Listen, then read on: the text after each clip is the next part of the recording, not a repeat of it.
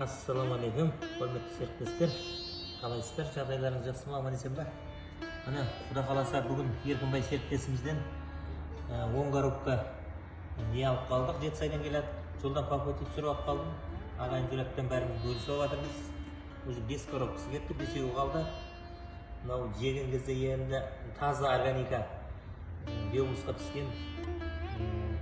Енді иісі баяғы союздың помидорларының иісі шығып жатыр ғой, жаңағы газельді ашқаннан барады. Мына иіскемегенге неше жыл болып кетті деп Еркінбайға айтып күліп жатырмын. Мынау көктемде Абдығаппар серіктесімізден құлпынай жеп, бірақ құлпынайдың несі әлі кетпей жатыр аузымыздан. Енді мынау помидор жеп жатырмыз енді, Құда қаласа деп. Диқанға береке, Еркінбайға рахмет. Осындай органика көшіміз керек, Құда қаласа бәріміз.